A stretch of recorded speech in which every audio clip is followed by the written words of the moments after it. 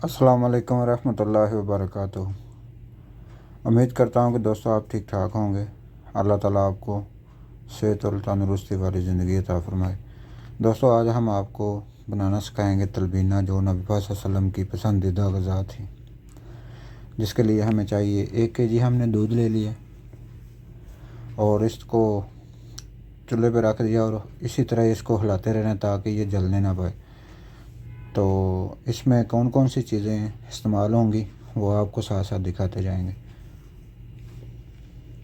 दूध जो है वो हमने फुल क्रीम लेना, या आप कोई भी ले सकते हैं, लेकिन थोड़ा अच्छा होगा तो उसमें उसमें जायका अच्छा आएगा। और हमने ले लिया ये सऊदी हलीब है, ये हमने लिया।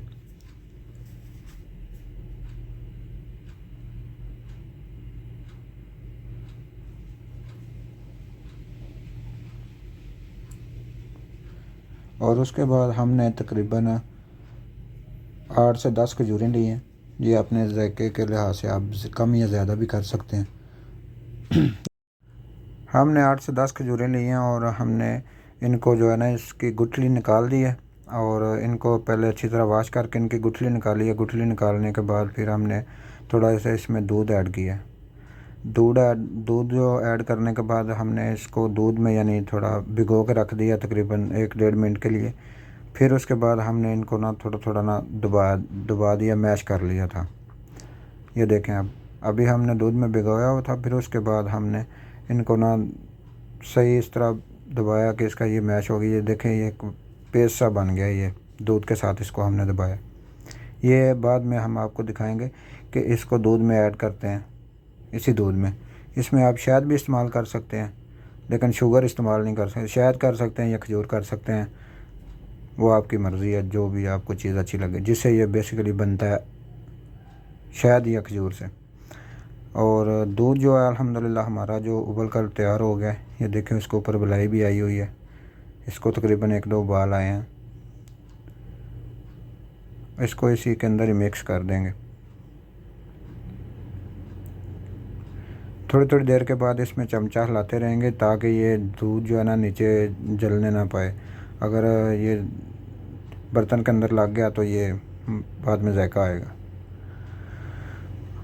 जी। और तलबीना बनाने के लिए हमने ये जो है ना दलिया इस्तेमाल किया है। आप गंदम का दलिया भी इस्तेमाल कर सकते हैं। ये भी गंदम का ही है, लेकिन ये और तरीके का है। वो जौ का दलिया है, ये गंदम और जौ दोनों मिक्स हैं। तो वो जो है उसको भिगो के रखते हैं जौ के दलिए को, फिर उसके बाद वो इस्तेमाल करते हैं। ये हमने 1 कप ली है, इसको हम जो है ना दूध में ऐड करेंगे। ये भी गंदम का जौ का दलिया ही है, लेकिन ये कुछ और डिफरेंट बना हुआ है। ये बना बनाया मिलता है वो, लेकिन उसको हम खुद बनाते हैं घर पे। इसको दूध में हम ऐड करेंगे।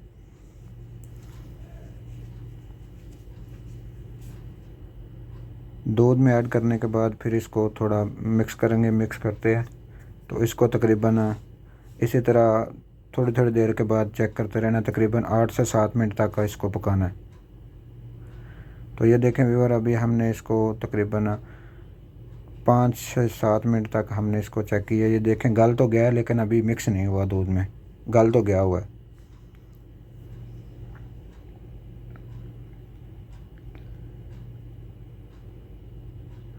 जब तक ये गल जाता है फिर आपको दिखाते हैं।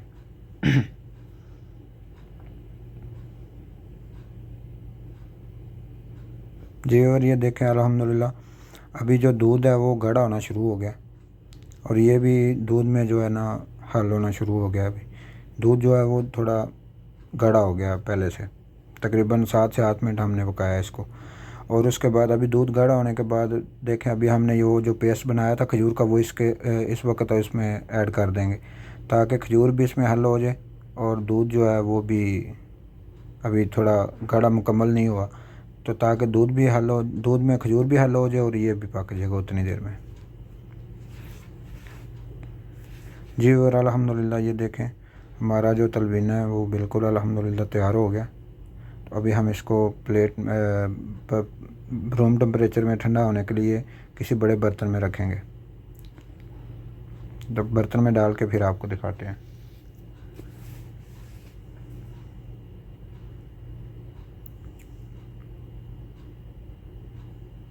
जी और ये देखें, हमने एक परात टाइप बर्तन था हमारे पास थोड़ा बड़ा, जिसमें ये जल्दी ठंडा हो जाए, हमने इसलिए इसमें डाला। तो अभी हम इसको गार्निश करते हैं, थोड़ी सी इसके ऊपर जो चीज़ें लगाते हैं वो आपको दिखाते हैं। ये देखें व्यूअर, अभी हमने इसमें काजू और बादाम जो है ना वो क्रश करके लगा दिए हैं अल्हम्दुलिल्लाह। ये देखें हमारी तलबीना की रेसिपी कितनी खूबसूरत लग रही है। तो